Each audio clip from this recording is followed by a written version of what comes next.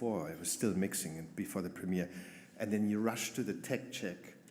It's usually at night in the, let's say, Imagineer Sala Grande. You come here, it's 1 a.m. because it's the only time when it's free.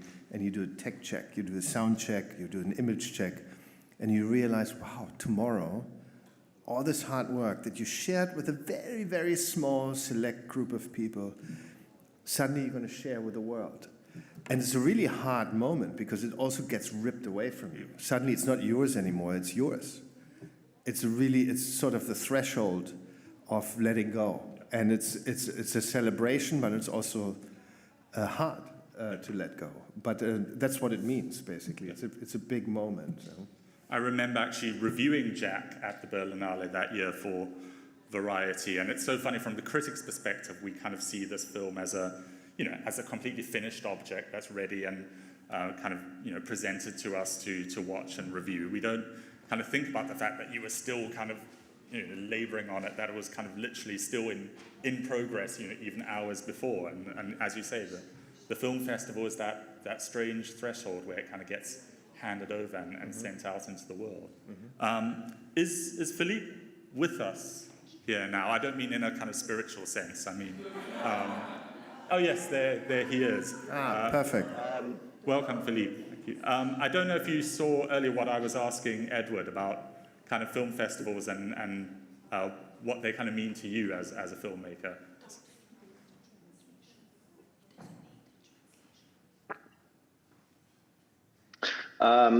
Before I start, may I ask the tech guy to shut down the French translation? It's very generous, but I'd rather hear your voice directly.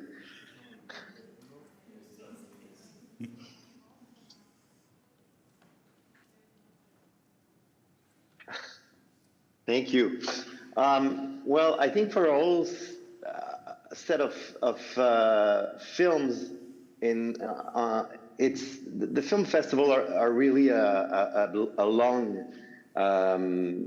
for us to exist because the general distribution industry is difficult in any nation to compete with the Americans, and film festival are a window for our films. I think myself, I'm sort of a creator of film festivals. My first film was launched at the Toronto Film Festival, and from there it traveled around the world and got some people interested abroad and some sales agents and there is that, and there's also reaching out to a public that will never have access to our films, and we make films to communicate visions, ideas, which the normal distribution industry, unfortunately, cannot always provide to the audience. Of course, this is less true today because of the digital platforms. We have access to more and more films from around the world. But for me, in my case, I'm not sure I would have had the same career were it not for the festivals around the world. I was so interested when they asked me to moderate this particular conversation because the two of you are kind of contemporaries in a way, and you have there are kind of parallels in your career in the way you've worked both at home and internationally, and kind of carved out a career on kind of multiple turfs. And I was curious to know just from both of you what your way into filmmaking was, because I know it's been a kind of long journey in both cases. I'll start by asking Edward.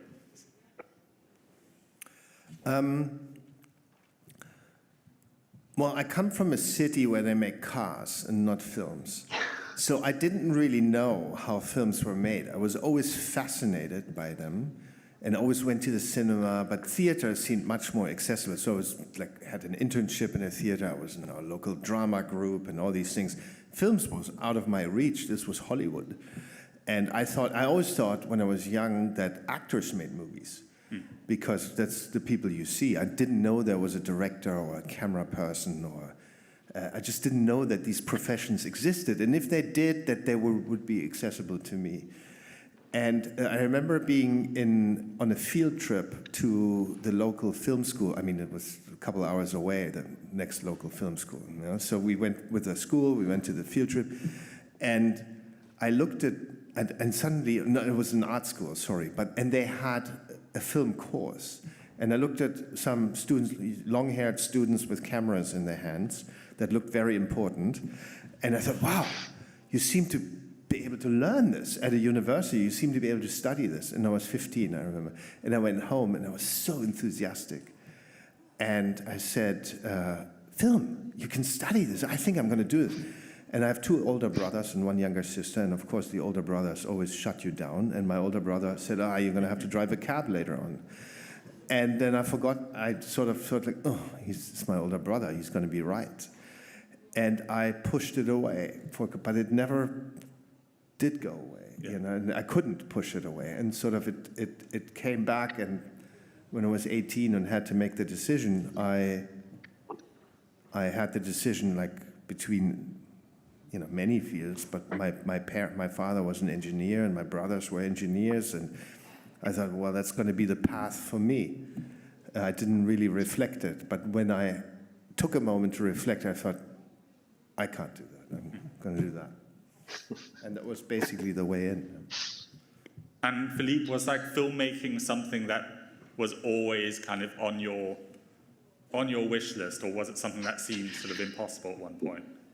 Not at all. I can relate to Edward's reflection, because I come from a continent that puts cars before people and shopping. And so no, I never thought I would be making films. I studied political science and international relations. And by a series of accidents, I ended up participating in a television show at the beginning of the 90s at Radio Canada, which is public state television, where they used to choose 8 young amateur filmmakers, and they would give them a camera, a SVHS camera. For those of you who don't know what SVHS is, you can Google it. It was very basic. And we would have to travel alone for 6 months in 20 countries and make 20 short films.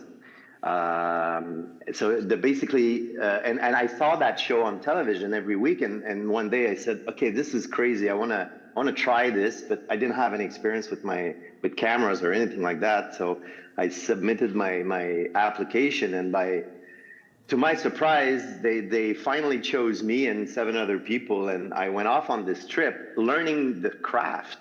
As I was landing in countries I knew nothing about, I had to find a subject, shoot it, lock myself in a hotel room with cockroaches, and write a editing plan on paper, send the tapes and the editing plan by FedEx, and I would move on to the next country, which could be Syria, which could be Libya, which could be Burkina Faso.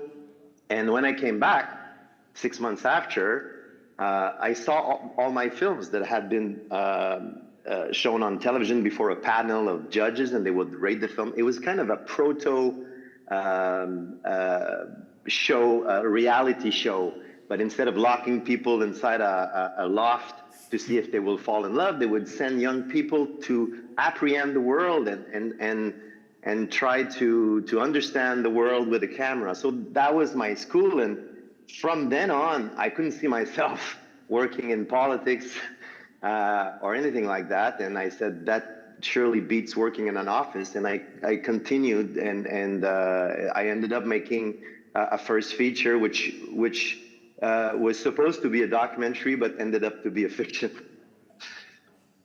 How does a documentary become a fiction? This was the left-hand side of the fridge, is that right? Or, yeah. That's correct. Well, I was living with my friend and roommate who was an engineer, and he was out of a job, and he was looking for a job, but what he was really looking for is what he would love to do. And I could see him psychologically on the downhill, and I said, wow, looking for a job is much more than looking for a job. It's looking for who you are, and that would make an interesting documentary. And I submitted this idea to a producer, but by the time I did, my roommate found the job, luckily for him, but unluckily for me. And then I thought, let's twist this, and I'll write what happened, and we'll shoot it as a mockumentary. And so it was loosely inspired from our relationship in that apartment, me looking at him, and it became my first feature film. And Edward, you made kind of 2 feature films quite early on in your career, and then a bit of a gap, and you worked on TV as well. And what was kind of the cause for that gap, and what did you learn in the process? So I made the first film quite young. I think I was 25. Got the money and made this film, and it did really well. And I thought, wow, this is it. All these doors opened, and I suddenly got much more money for the second film. And I wrote the second film. I made the second film.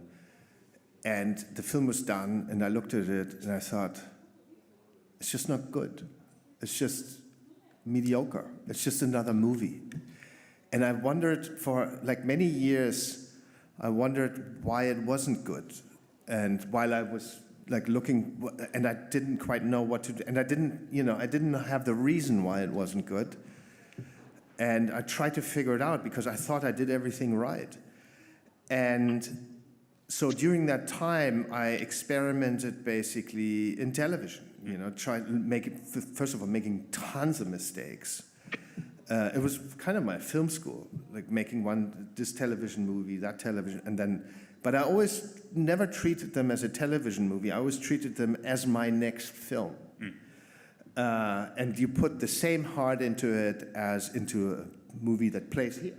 Just absolutely, I put everything in it, and I said, I'm going to make this great. And while I was still trying to figure out why the second movie wasn't good enough, at least for me, to sustain and my own self-esteem. And I realized after some years, I just didn't have enough to say yet. I was kind of too young. I was a kid.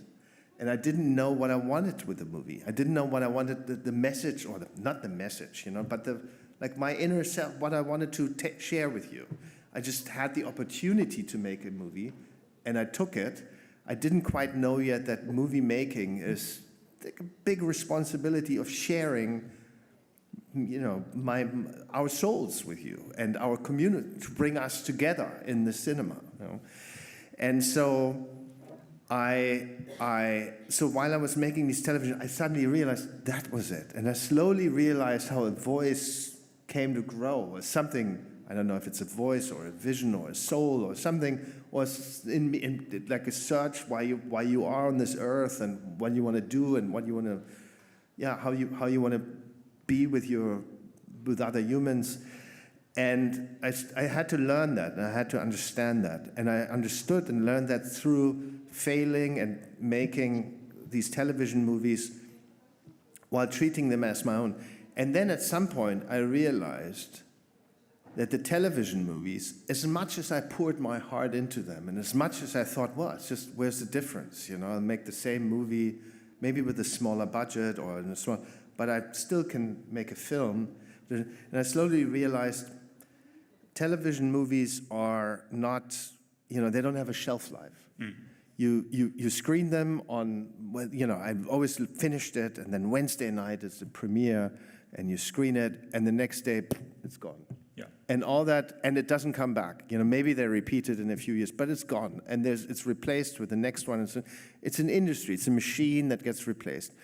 And so at some point, I realized, after doing that for a few years, I realized, I don't want to, if I'm doing this for 20 years or so, it's not how I started. It's not why I started making movies. And then from one day to the next, I stopped doing them.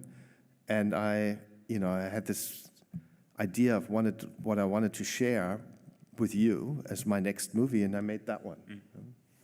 You've both continued to work in television over the years. I mean, Edward, you made Patrick Melrose, which was obviously a big international hit, and I still think, you know, you directed the best performance anyone's ever got out of Benedict Cumberbatch. And Philippe, you recently made a series for kind of Canadian TV as well. Does your approach change when switching from film to TV, or does it feel like the same job? How do you tackle them differently? Well, it's more of a series than for TV. It's not a series now. Since like the beginning of the 2000s, they've approached storytelling closer to what we're doing in cinema, except that they have more time to develop the characters. And I thought at least once I want to try to do something that allows me to develop the characters in more than just an hour and a half.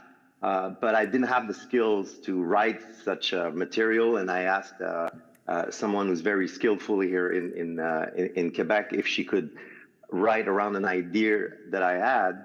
And but the way I approached it is when I was on the set, I kept talking about the film, but the film was 10 hours. Yeah.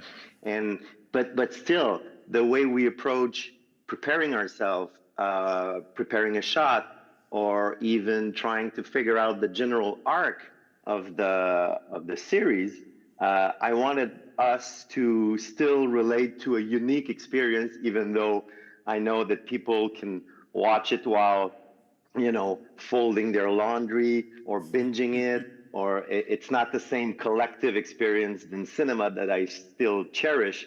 But I did want to put that toolbox at my side and try to experience the long-term effect of developing, you know, developing characters on the long term.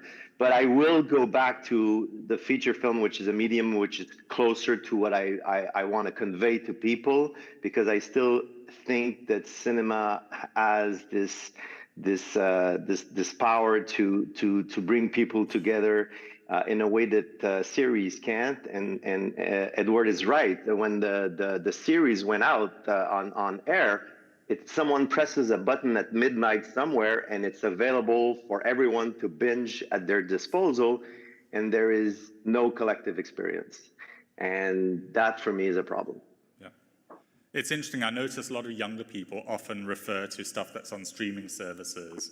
I mean, Edward, you recently directed All Quiet for the Western Front on Netflix.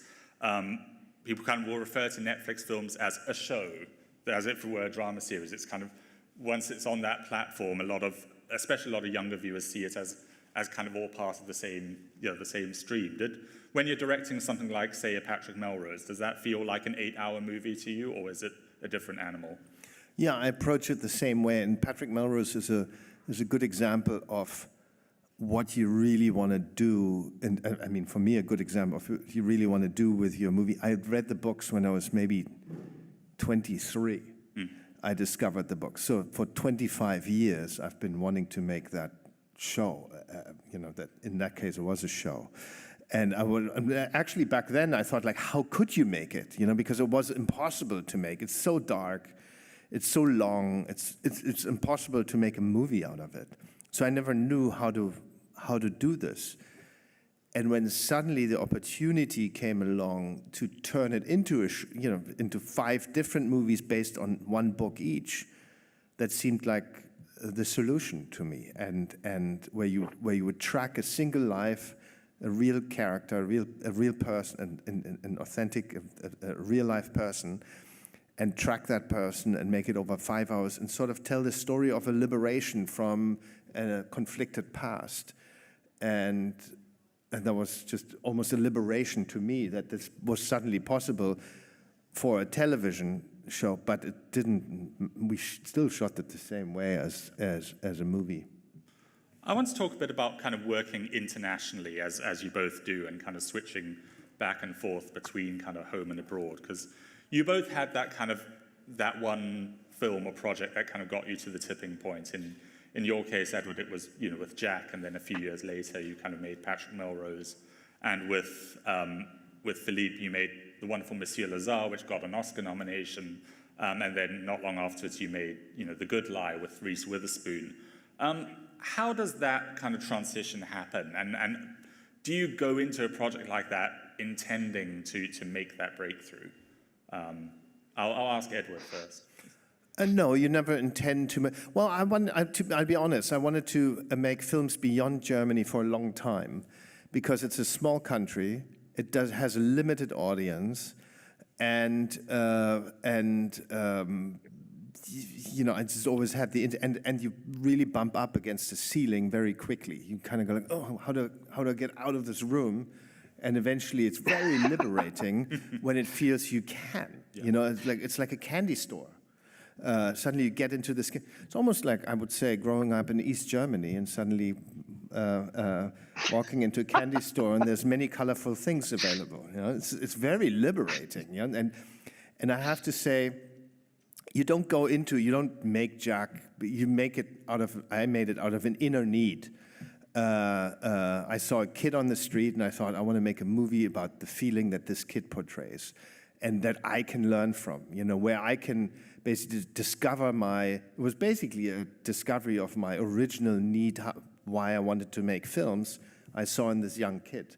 And so it was almost a metaphor, you know, for me. So I made a movie about this kid. And then what I found, and what is so liberating, is that everyone in America had watched that movie.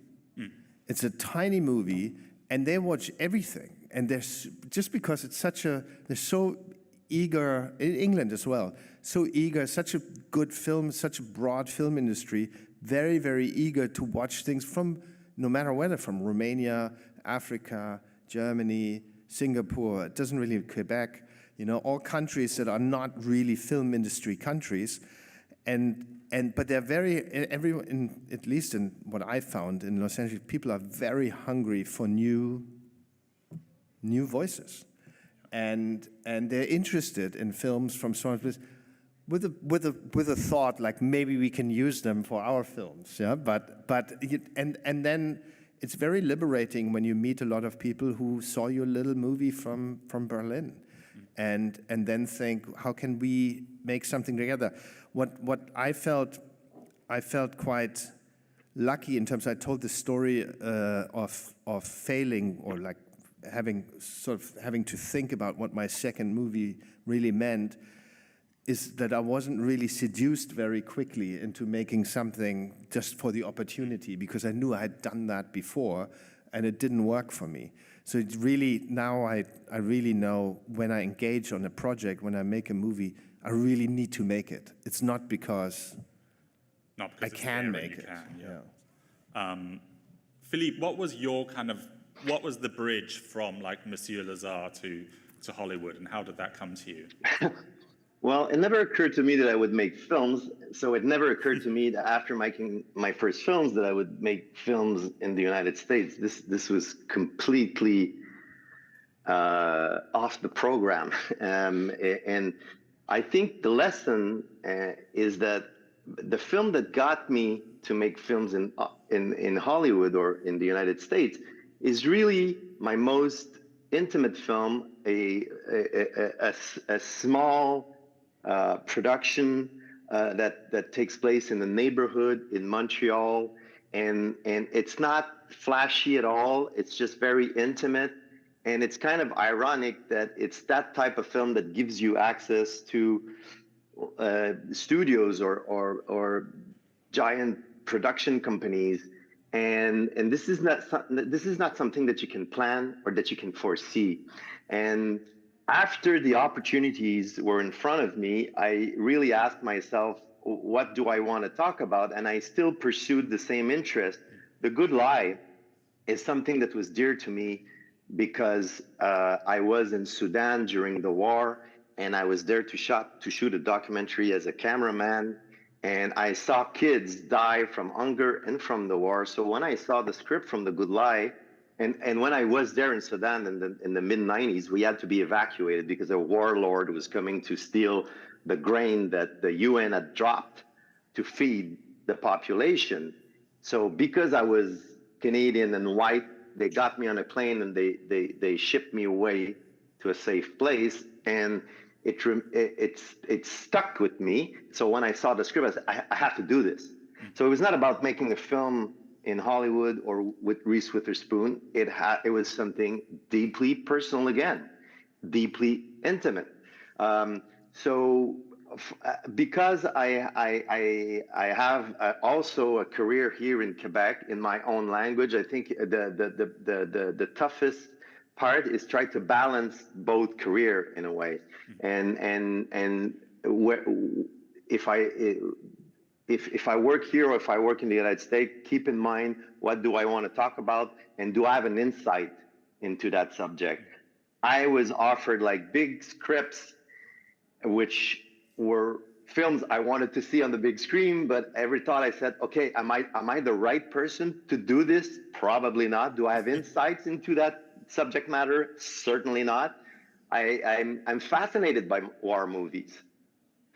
I like to watch them. I would like to make one, but I have no experience, and I live in a country which hadn't seen war locally in 250 years. So it makes no sense for me to go there, even though the temptation is there. Yeah, it reminds me of Lucretia Martel talking about Marvel coming to her and asking her to make Black Widow for them, and her sort of saying, "Have you even seen my movies? Like, is it just any woman director that you want?" I think it's I'd love to hear that. Yeah, it's still kind of important to feel that you're right for a project and not just the biggest opportunity that comes along. And then when you kind of go home again, I mean, say, Edward, when you were making All Quiet on the Western Front, which, is another German film, but obviously on a vastly different scale to anything you had made in Germany before, huge production, Netflix backing. How different is the process then, and how much more kind of clout do you have in the industry when you kind of return back? When you then return back after All Quiet, you mean, or no? To make All Quiet, really. It's not different. It's just. I mean, you go. I mean, because it's again, it's just another movie, and you apply your. It sounds a bit too lax. It's just another movie, but it's your next movie, and you apply what you know to that movie. And most of the times, I want to make a movie because I actually don't know how to do it. Yeah, and I know it touches. With All Quiet, it's maybe more obvious because, as opposed to Philippe, I unfortunately come from or grew up in a country that was at the heart of the cause of two wars in the last 100 years. And so it's deeply ingrained in my history, in my psyche, and where I come from. And I think about it every day. And so All Quiet, when that came along, it was the opportunity to talk about that, to express that, to let it out, to share it with you, to share how that would feel coming from a German side, and to enter a dialogue with you. And so it was actually almost deeply cleansing. So I knew when my producing partner on that movie, Malte, gave me a call and said, "What do you think about," because we tried to find the right project together for years, and he called me, "What do you think about doing All Quiet on the Western Front?" And I immediately thought, damn, I can't get out of it. Yeah? And I knew it it touched something inside of me, because and then I went home, and my daughter reacted very heavily to the sound of the book, because she just read it. And I recognized my own reaction in her 30 years earlier. And I knew that it just had left something indelible in me. And I think coming from Germany, reading that book, it has a probably even deeper effect than if you come from France or England, or it's just because you're somehow responsible for all this. And then, so it has a profound effect on me and never left me, and I knew I just had to do it. In terms of the clout, I don't know. I mean, back then, we didn't really have any clout. We just wanted to make that movie, and Netflix was so generous to support us, and it was actually also really the only way to get that movie made. May I ask a question to Edward? Please. Seeing Jack and All Quiet, I thought, well, this is a bit the same approach, not approach, but it's the same subject in a way. It's the adult world betraying the youth and abandoning the youth. It's two completely different films with social canvas that are not exactly the same, but at the core we have like a young protagonist that is betrayed by adults, and even in Jack, every time there's an adult around him, nobody seems to care or want to help him, and it's the same thing with that youth that we sent, on the front and sacrificed. Did you ever? Is that something that rings a bell? It's totally. I'm totally out of my mind. No, it's a great observation, and I feel ashamed that you can analyze me so well. I hadn't thought about it consciously, but it's certainly a theme, and I know that I respond to stories of. So I was looking for a theme of what maybe connects them, and I know when I made Patrick Melrose, I went to meet one of my idols, who's the novelist of those books, Edward St. Aubyn, in England. I asked him what he wanted to say or share with you, how he wanted you to leave the series after Pfizer, and he thinks he's a very posh Englishman, and he spoke in his very wonderful accent. He said, I think it's a sense of liberation from the chains of my past. And I think that sense of liberation, I always respond to stories of liberation in a way. And in a way, maybe Jack has a little bit of liberation in it, and All Quiet too. And what you analyzed, the betrayal of the adulthood of the youth, it's Patrick Melrose too, actually.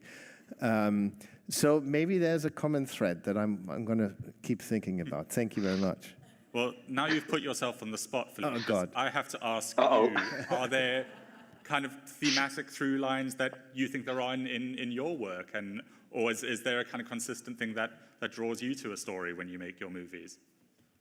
I'm fascinated by the experience of others, lives that I can't live, and it contradicts what I just said earlier, that I need some personal insight into a subject matter, but probably because I learned my craft traveling on the frontiers of countries when I was 22 with a small camera. I had no choice but to reach out and try to understand and get to know people I knew nothing about, and understand their lives. And because I was traveling from one country to another, and sometimes in difficult parts of the world, I would meet a lot of refugees or migrants, and I got interested in their lives. And every time I see a refugee or a migrant here in Canada, I don't see a refugee or a migrant, I see someone who has a story to tell.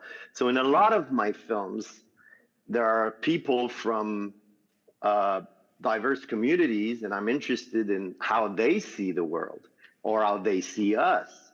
And maybe it's a reflection on who I am. I don't know. I'm still. So this is certainly a thread in all of my films.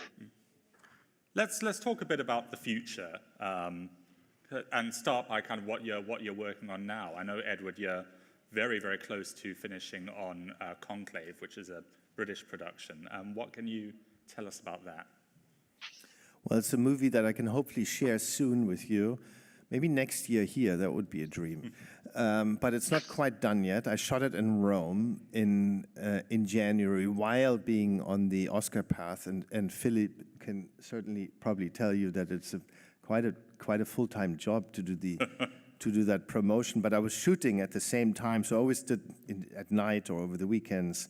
So I had to split my time between the film and the campaign. It's a movie that I shot with Ray Fiennes and Stanley Tucci and Isabella Rossellini and Sergio Castellito, so two wonderful Italian actors also in the film. in Rome, and it's mainly, it's not it's about the conclave, about a conclave at current time, but it's also about for me it was very much about the journey of doubt of that Ray Fiennes goes through as the cardinal who organizes this election, and that's why I wanted to make that film. You know, I could very much identify with this character, and it'll be done in a month or two. And then we slowly decide of where to show the movie and where to premiere the movie. So, and while starting to embark on the next adventure. Note to Alberto Barbera, you know, he's put that out there. Philippe, is there anything you're working on at the moment that you can tell us about? Well, I just finished a very important project that is a documentary series about the biggest train tragedy in Canada. In Lac Mégantic 10 years ago, where 47 people died because of corporate and institutional negligence from our government.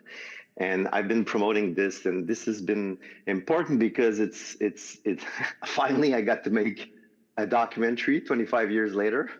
But thanks to what the platform did, I think over the last few years, and Netflix, they've put back the documentary on a kind of an equal place with fiction, and I sense that people are they want to see documentaries, and so I did that, and I'm adapting a book that was written by a Quebec author from Lebanese descent. So there again, the other.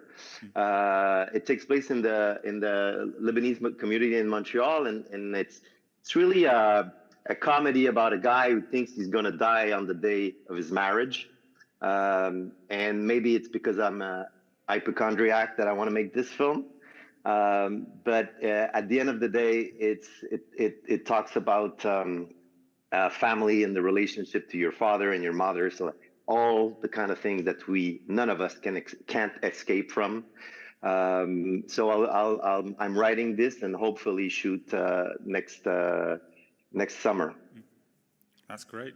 I want to kind of ask you both, as working filmmakers, how you kind of see the state of the industry and its future, because it feels like every other year or so, kind of people project the death of cinema. And, you know, when we had COVID and theaters shut down, everyone was like, oh, this is the end of theaters. And, you know, and yet, you know, keeps coming back. We have, you know, Barbie making $1 zillion world round. People still want to watch movies.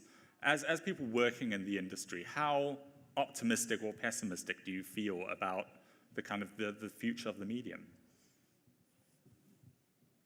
Philippe, do you want to start, or me? Who do you want to start? It's always that big question that no one really can answer, because it's and my anxiety towards the future of cinema, I cannot let that in the way of creating my next film. What I know is that literature and theater has been around for 2,000 years, so those are probably okay. And what we're really talking about is format and where we look at films. I don't think films are going to disappear just now. So us filmmakers should be concerned about still making films, and in partnership with our producers, try to figure out which is the best output and which is the best format. But honestly, I really do think it's the question for sales agent and distributors and studios, which are holding all the big, you know, they have the leverage and they have the tools and they have they make the decisions often without us having anything to say about it. So my main concern is to try to focus on my next film. Yeah, I might be remiss not to kind of mention, you know, the WGA strikes at this moment and the SAG strikes as well in the US, which, you know, I think are a real kind of tipping point for people wondering how we're going to keep making movies in the future and what allowances and what compromises need to be made. I mean, Edward, how do you see this current impasse we're at being resolved? Well, I first want to pick up on what Philippe said. so he said a wonderful sentence. His anxiety about the state of cinema is not going to keep him from making his next film. Yeah. And there's going to be a ton of filmmakers who have exactly that urge to make their film. And I would say, as a terrible optimist that I am, maybe to a fault, but I read this wonderful headline by Coppola who celebrated Barbie and Oppenheimer as, you know, two movies that brought people back to the cinema in a massive way, and they're wholly original movies, you know, by a wonderful filmmaker who took a world and twisted it on its head and brought a whole audience to a cinema and celebrated the way in a way that people hadn't celebrated cinema before, and Nolan, who took a subject that we all know, it's such a great idea, I think, took such a world event that impacted all of us, that changed the course of modern history, and put it on the poster and said, I'm going to go see that movie, you know, because it's interesting. It impacted all of us. And so I think from those two films, I would say we can learn as original as it can be. I saw a movie here, Poor Things. Yeah. I'd never seen anything like that before. It blows my mind. It actually wants to push me away, but pulls me in at the same time and never lets me go until I celebrate it at the end. And I can guarantee you that film will be super successful because it's new, it's different, we've never seen it before, and it's bold. And I think that's what people want to see. They don't want to see the seventh version of something that is kind of, because that you can kind of, you've seen sort of before, and you can see it in 4 weeks at home. Yeah. And whereas Poor Things or Oppenheimer, or you want to be there when it comes out. You want to talk about it. It becomes it becomes the talk of the street. And that bet, to take a bet like that, I think we're going to take more and more. I just project that. We're going to take more and more, and there's going to be at least 10 films, 5 films a year that are going to take that back and bring audiences to the cinema or to whatever device they want to look at it at some point. So I'm really, really positive of that. Regarding the strike, I'm a terrible judge of that because I'm not at the heart of that. First of all, the DGA has made a deal with the Producers Guild or the AMPTP, and we can continue to work together. And I hope the two parties can find a common way very soon, and I think it'll be very soon, where everyone feels treated fairly and people can go home and feel good about what they do and can live off it. And I'm sure that's going to happen soon. And we've had strikes before, and they always get resolved. And I get it. At some point, it comes to that impasse, and we need to change something in the rules and the way funds are distributed. And it's going to be resolved very soon. I'm positive about that. And then, it's mainly, to me, it's mainly about the people that are, now not being able, like the grips and electricians, and that are not being able to work, that really need to continue working. So I hope we can resolve it soon, because Philippe and I are going to be fine. Yeah. And most of the, I'm sure Margot Robbie will be fine, if she doesn't work 3 months. But the people that, even the prop rental houses, they suffer right now. And I think so we need to resolve it soon. Philippe, does making a movie get any easier as your career kind of progresses? No. Is it a struggle every time? No, it's a struggle every time on many levels. The biggest struggle is with yourself, because you acquire experience, but you lose that youthful, offhand attitude that just got you to make your movie no matter what, and without overthinking yourself. My biggest problem is that I censor myself every 2 sentences I write on the script, because I say, oh, that's not going to work. By experience, I know that's not going to work. And that's a problem. I mean, I think I prefer films that have hairs sticking out like that, and unperfect films, but with a raw output, than films that are slick. And as I get older, I think my films, my craft is better. My films, they're smoother. Are they better films? Probably not. So I'm my biggest enemy in terms of films are getting harder. Now, every time I finish a film, because in my films, people tend to talk a lot, which means that in festivals, people have to read a lot of subtitles. And there's a lot of people in a lot of locations. And I say, okay, next film will be like 4 people and 2 locations. And I betray myself.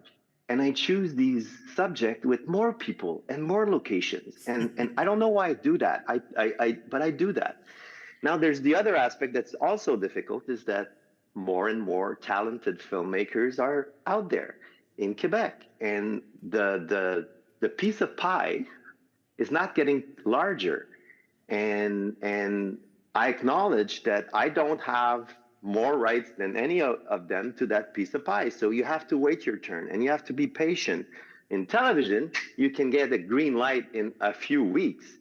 In cinema, you have really to be patient. And I keep telling people, if you want to make films, be aware that you will have to live with that for like 3 or 4 years, maybe 5.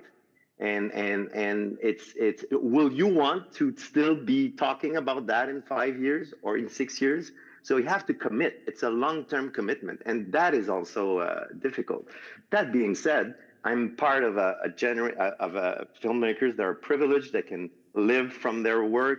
I don't make publicity. I don't make TV ads. I rarely work for television. I keep focusing on cinema. I think I'm very grateful and privileged for that. Edward, do you think, you mentioned, not being happy with an earlier film of yours, knowing it wasn't good. Do you feel you've got better? Do you kind of have faith in all your work now, or do you need a bit more kind of hindsight too? No, you're never confident about it. There's always, that's what I meant earlier. That's what, at least I'm drawn to this. I thrive on doubt. That's why I made this movie with Rafe. Because it's about doubt. It's about the journey of doubt. And so as a filmmaker, I think it's part of me, at least, where I question myself at every turn. I question myself, is this the right movie? Am I the right person to tell this story? Do I have enough to say about it? How am I going to do it that it's going to be different? That you don't feel like, oh God, I've seen this before, like from this other person. So that I feel like does the movie have enough reason to be? It's an expensive thing to make, so it needs to be special, yeah. I think. So when you question yourself at every point during the make, every day, every shot is basically sort of overcoming, is this good enough? Yeah. Can we make it better? And what is it saying? And so I have that constantly. So I think maybe what I've accepted, that doubt is actually a good thing. That I don't mind it. I want it. Yeah, I embrace it. And that's the only thing I've learned. Yeah, and otherwise, every time you think like, I don't really know how to do this, and I want to try to master it and get better at it. So I think that's actually the wonderful thing about filming. It's a medium where you learn your entire life. Because every movie is different, every day is different, every situation is different. Every day you're confronted with problems that you have to somehow overcome, and it's actually a wonderful profession that way, that you think like it's going to be new tomorrow, and I'm going to try to figure it out. Yeah. The thing I'm most uncomfortable with is when I'm being asked to do a master class, and I say, how can I do a master class? I'm not a master at this.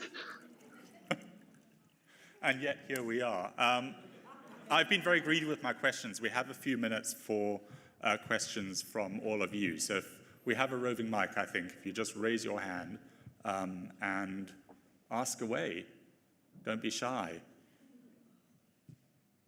Nobody? Yes. The mic will come to you.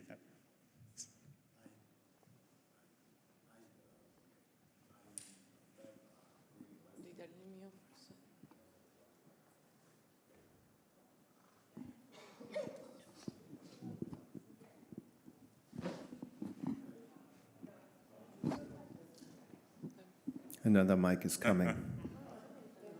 1, 2, 1, 2. Okay. Better. There we go. Good. Okay, yes. I really don't have a question, but I want to tell you my congrats for your film, the Western because really the photography it's really amazing, and the sound, the movie as well. Oh, thank you so much. Yeah. That's very kind. I don't know how to answer that. Just bask in the praise, I think. Thank you so much. Yeah. It's very kind. Do we have any other questions? Otherwise, I'll leap in with one last one of my own. But this is your one shot. All right, I'm going to be greedy again. So I think we have sort of five or so minutes left. I want to kind of hopefully possibly conclude by asking you, does having worked kind of internationally and at home, how do, and since this is the production bridge and talking from a kind of production perspective and a financing perspective, how does it vary kind of working from country to country, and where have you had kind of good experiences and bad? I know we were kind of talking about this a bit at lunch, Edward. Do you find the challenges the same kind of internationally, or do they vary? Yeah, I think what I don't like is coming to for example, we shot All Quiet in the Czech Republic. What I don't like is coming to the country and bringing everyone with you. What I really like is embracing the culture of filmmaking in the country there.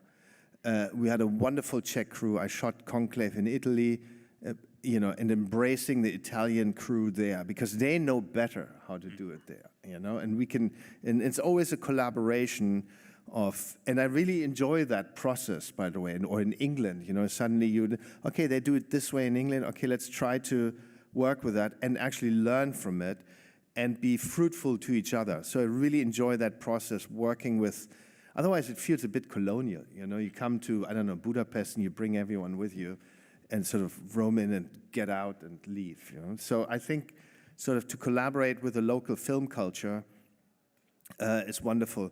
And maybe there's one thing that we can learn, for example, like let's speak from a German perspective. Germany is a super wealthy country in comparison to other countries in the world. I mean, you don't really feel it living there, but it has a lot more money. And for example, we have 2 big television stations, public television stations, as does England, that are probably, have way more money than the English television stations. And there's 2 wonderful institutions that I learned in England are Film 4 and BBC Films. And if I look at the 2 great breakthrough art house films here in Cannes, both are from Film 4. A Zone of Interest from Jonathan Glazer and Poor Things by Yorgos Lanthimos. And I asked somebody at Film 4, how did they do it? How does it work? What's the model? And it's actually a very small budget, what this group has, comparison to an amount of money that a German public television station like ZDF or ARD, which are sort of pretty powerful company, funded by the public, they wouldn't even feel that money. It's like they would feel like, well, what? That's the money it costs. Like, well, they would shrug their shoulders and go like, well, let's just do it. But I don't think no one's ever thought of it before. So a big mission that I think we could do in Germany is, for example, learn from the English model. And it's not a 5-year plan. It's not a 3-year. It's a 20-year plan of going to festival, hiring someone for really small, and I'm going to enter into conversations with these public television stations, hire somebody who is eager and with open eyes and really wants to look at these festivals and look at the filmmakers who make their first film and maybe not go watch all the competition films because they're all spoken for, because Film 4 came here 20 years ago and took the Yorgos Lanthimoses, the Steve McQueens away and gave them an opportunity, and they fostered them and they sheltered them and they made their movies, and look where they are now. And I think there's an opportunity for us in Germany to build something like that with limited public funds and support the young filmmakers from anywhere in the world, from Germany, from Holland, from Denmark, wherever it is, and make interesting films and learn that from the English model. I think, and stick with them while they make a failure too, because they're gonna make one. You know, everyone makes a failure. Just say like, all right, you made a failure. Don't worry, do the next one, and support them from the first short film on, and stick with them for 20, 25 years, as does Film 4 so successfully. So I really love learning through conversations with other countries from them how they do it, and I think really throughout Europe, I think we can implement a model and have a thriving cinema culture in our countries. And Philippe, when you're, say, working on a Quebecois film, and then when you're working on, say, something like My Salinger Year or The Good Lie, how much is that a kind of cultural exchange to you, and how much of your home do you bring abroad, and vice versa? Well, at the end of the day, it's like I would say musicians traveling to another country to play music. I mean, at the end of the day, when you're on a set, because I've been asked that question so many times, how is it to work with that actress or that actor or in that country? When you're on the set and it's time to shoot, you kind of speak a common language, and a shot is a shot, and cut is cut, and action is action, and preparing yourself is preparing yourself. So it doesn't change really. And like Edward, I've made it a point to use the local crew every time, whether in Belgium, Kenya, South Africa, Haiti, United States, Canada. This is important because it's like he said, they know better than me how to shoot in their own environment, but also it's bringing their input. My job as a director is being an antenna and trying to figure out what are the best ideas floating around and trying to channel that into the film.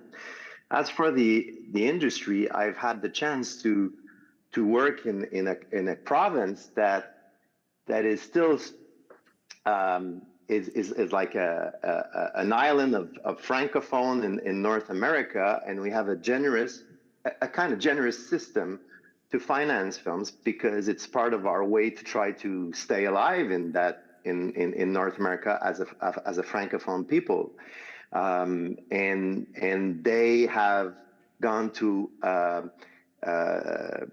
they've put a lot of efforts into creating bridges with other countries for co-productions, and I've also been grateful for that, and I hope that keeps going on. But I think the future of cinema is clearly international. We cannot just pull back and everyone in our corners and make films for ourselves. This is the death of cinema. It's actually the death of pretty much everything. And another thing is looming is the idea that there are certain subjects cannot be tackled by certain individual or certain group of people. And I think as artists, we have the responsibility to be interested in all subjects. And it's not because that I'm not Black that I can't make a film about South Sudanese refugees coming to America, but it has to be done the intelligent way. When I pitch my project, my ideas for the project to the producers in Hollywood, I said, I'm not doing this film if we're not casting real South Sudanese, and preferably people who have had experience as refugees. So we built this cast mobile, and we went across America, and all small communities were South Sudanese people, and we made these like auditions in churches, and so that was important also for me. So I'm spreading my answer around, but I think it's part of the same answer. Yeah. It all is kind of part of the same answer, and is an appropriate thing, I think, to address here at Venice, which is all about kind of collaboration and kind of global community. And I can only guess how many nationalities are kind of here in this room right now. We are out of time. It's been a very fast hour. Edward, Philippe, thank you so much for joining us. Hopefully you can rejoin us both in person another year, and we can do it all over again. Thank you so much. Thank you very much. Thank you for coming. Merci.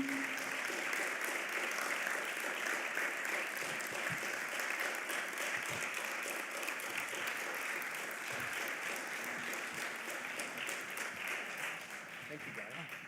My pleasure. Thank you so much.